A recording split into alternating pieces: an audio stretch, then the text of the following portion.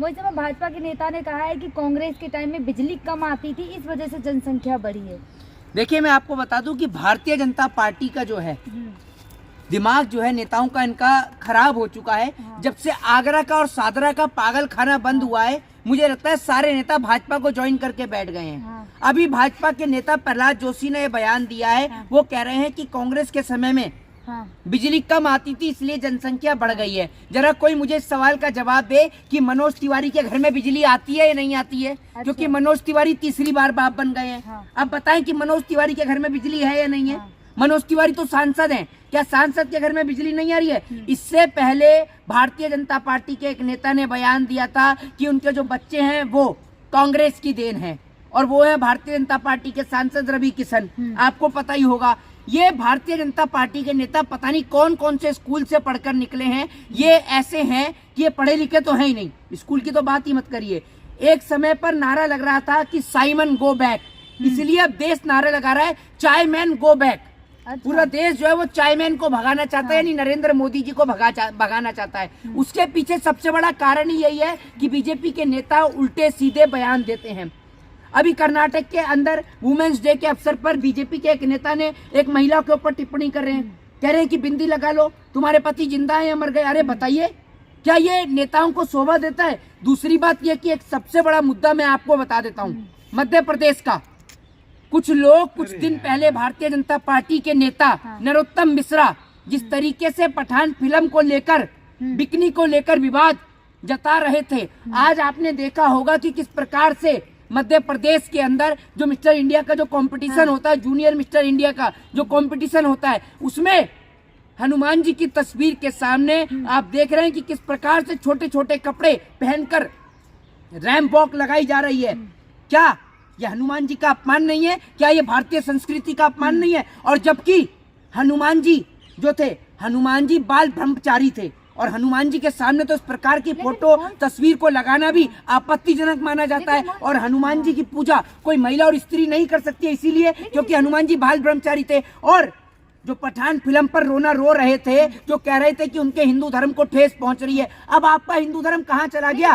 Pathan film में तो कोई भगवान जी की फोटो भी नहीं थी। बजरंग दल वगैरह सब शांत है ना? ये बजरंग दल जो है और तमाम दल जो है, ये सिर्फ बीजेपी के गुलाम हैं। अच्छा। ये बीजेपी की गुलामी करते हैं। और आप देख लीजिए, आज मैं कहना चाहूंगा कि अगर वाकई में ही चाहे बजरंग दल हो, चाहे वीएचपी यानी विश्व हिंदू परिषद हो, चाहे तमाम तरीके के दल हो, अगर आपका धर्म जिंदा है तो आज मध्य प्रदेश में भारतीय जनता पार्टी के विरोध करिए, नरोत्तम मिश्रा से सवाल करिए, मध्य प्रदेश के मुख्यमंत्री शिवराज सिंह चौहान से सवाल करिए कि पठान फिल्म का विरोध करने वाले, शाहरुख खान को चने बिकवाने वाले, क्या मध्य प्रदेश के मुख्यमंत्री शिवराज सिंह चौहान को चने बिकवाएंगे या देश के प्रधानमंत्री को वापस से चाय बिकवाएंगे? चौहान की बात कर रहे थे तो वो तो बाबा बागेश्वर के भक्त है ना। देखिए, आपको मैं एक चीज बता दूं, बाबा बागेश्वर कौन है? ये आप बिना बात की हर किसी को लेकर आ जाती हैं। आपका दिमाग या मध्य प्रदेश में हो रहा है, मोदी ये सब मध्य प्रदेश में हो रहा है ना। मध्य प्रदेश में जो हिंदू राष्ट्र की मांग कर रहे हैं, उसे ये नहीं पता कि भैया जरा हनुमान जी तो बाल ब्रह्मचारी थे।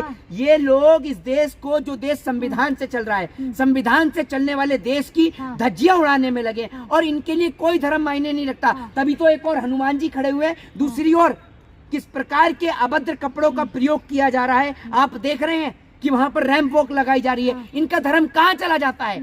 ये लोग इस देश के अंदर धर्म की धज्जियां उड़ाने में लग रहे हैं। ये तो तमाम लोगों को समझना चाहिए कि ये सिर्फ लोगों में फूट डाल के अपनी कुर्सी को अपनाना चाहते हैं। आप कह रहे धर्म की धज्जियां, हिंदू राष्ट्र बना रहे हैं तो धर्म की धज्जियां कहाँ? तो आप एक काम करिए, अपना माइक और ये अपना भौंकू लेकर हिंदू राष्ट्र में ही घुस जाइए। कहाँ है हिंदू राष्ट्र? आप एक पत्रकार होकर जब ये बात बोलती है ना, किसी दिन ध्यान रखिएगा, कोई देश का व्यक्ति आपके ऊपर ऐसा मुकदमा ठोकेगा मुंह से हिंदू राष्ट्र। लेकिन वो तो कर रहे हैं ना।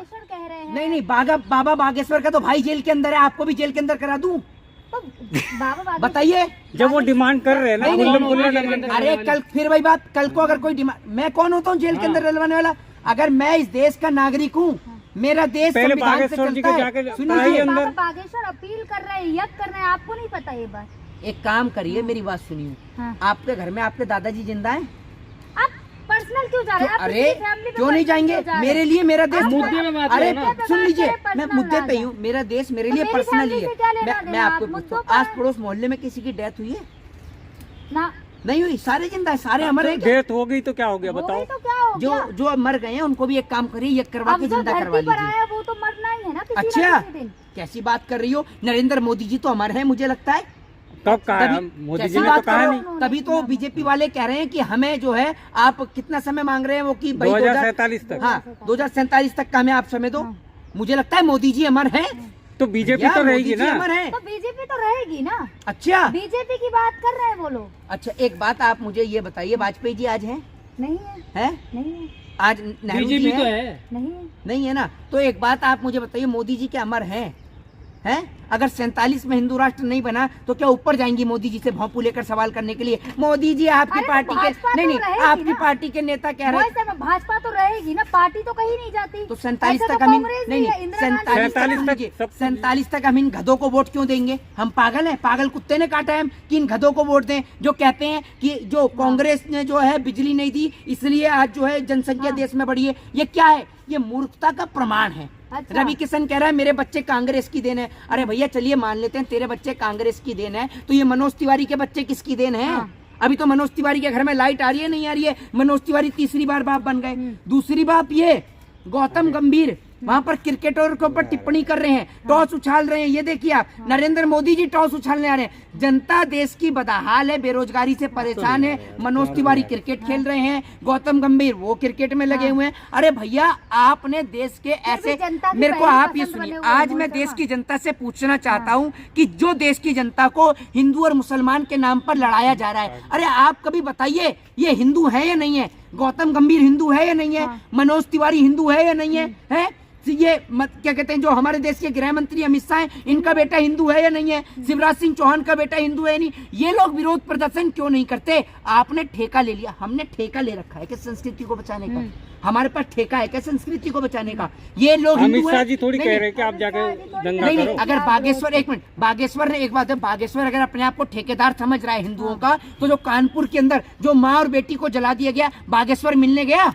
ये मिलने गया क्या? हाथरस में जब बेटी के सबको जला दिया गया तब ये मिलने के लिए गया? जब बलात्कारियों को रिहा कर दिया तब ये मिलने के लिए गया? ये ठेकेदार है हिंदुओं का, है? ये ठेका ले रखा है इनने। सनातनियों की बात करते हैं लगातार। कोई सनातनियों की बात नहीं करता। पढ़ा लिखा होता तो संविधान की बात करता, अब पढ़ा लिखा नहीं है। हो, पढ़ा लिखा है ना, हो, शास्त्री हो, है। कल्याण होगा, अरे कल्याण शास्त्री होगा, है। कल्याण होगा, ये कल्याण क्या होगा। कर रहे हैं नहीं नहीं, ये ऐसी करते कल्याण होगा, कल्याण। अरे आप एक लगता बात है मुझे आप बताइए। जाकर नहीं नहीं, मिलकर मेरी आ बात रहे हैं बाबा सुनिए, बागेश्वर। सुनिए मेरी बात तो सुनिए। अरे मैंने बहुत उनके, मैं देखता रहता हूँ, बहुत सारी सोशल मीडिया पे वीडियो डली पड़ी है, अच्छा। ठीक है ना, और बहुत जनता पागल हुई पड़ी है। दूसरी बात ये कि अगर किसी भी व्यक्ति को हाँ। इंक्वायरी निकलवानी हो अपनी तो संपर्क करें मोहित शर्मा से। अच्छा। मोहित शर्मा कोई बाबा नहीं है, लेकिन आपको पूरी इंक्वायरी आपकी दे देंगे। अच्छा। वो ऐसे निकलती है कि डिटेक्टिव के जरिए आपकी सारी जांच और सारी इंक्वायरी निकल कर आ जाती है। इसका मतलब ये थोड़ी है कि मैं कोई बाबा बन जाऊंगा। हाँ। आप सिर्फ ये काम करते हैं कि मंदिर मस्जिद। मोदी जी जो है साल 2014 से पहले बेरोजगारी, महंगाई, और अब ये कह रहे हैं, आप देख लीजिए इधर कभी चले जाते हैं मंदिर पर चले जाते हैं, अरे कभी आप मस्जिद देख लो, पे चले जाते भ्रष्टाचार हैं। खत्म कर रहे हैं। भ्रष्टाचार खत्म कर रहे हैं ना। भ्रष्टाचार कैसे खत्म कर रहे हैं? अभी इनके नेता के लड़के के घर में पैसा पाएगा 6 करोड़ रुपया, और वो भी बेल पे बाहर आ गया जमानत पर। आप देखिए ना, मतलब सरकारी लोग हैं। लालू जमानत तो प्रसाद कौन यादव दे रहे के, ना? सुन लीजिए, लालू प्रसाद यादव के घर पे सीबीआई ईडी की रेड पड़ती है। राहुल गांधी को जो है केसों में फंसाया जाता है, सोनिया गांधी को केस में फंसाया जाता है, अखिलेश यादव को केस में फंसाया जाता है। लेकिन आप ये देखिए, नरेंद्र मोदी जी के नेता जो हैं, वो उनके जो नेताओं के बेटे जो हैं, वो जमानत पर और बेल पर बाहर आ जाते हैं। तो आपको लगता है कि देश वो में तो लोकतंत्र कोर्ट और जमानत संविधान दे रही है का- ना। जमानत दे रही है ना। अरे भैया, कोर्ट को तो इन लोगों ने गुलाम बना रखा है। अगर कोर्ट, आपको मैं एक बात बता दूं, इस देश के अंदर लोग डरते हैं, क्योंकि जब से इस देश के अंदर जजों की हत्या हुई है तो हर एक व्यक्ति डरता भी। आपने देखा नहीं है कि एक महिला जज को ब्लैकमेल किया जा रहा था? आप ये देखिए, तो जिस प्रकार से देश की न्यायपालिका पर दबाव बनाने का कार्य किया जा रहा है वो पूरा देश देख रहा है। लेकिन इस देश के अंदर आज भी कुछ ऐसे जजेस जिंदा हैं जो अपनी जान से ज्यादा अपनी मातृभूमि से प्रेम करते हैं और वो निष्पक्ष होकर फैसला देने का काम करते हैं। जय हिंद, जय भारत, वंदे मातरम।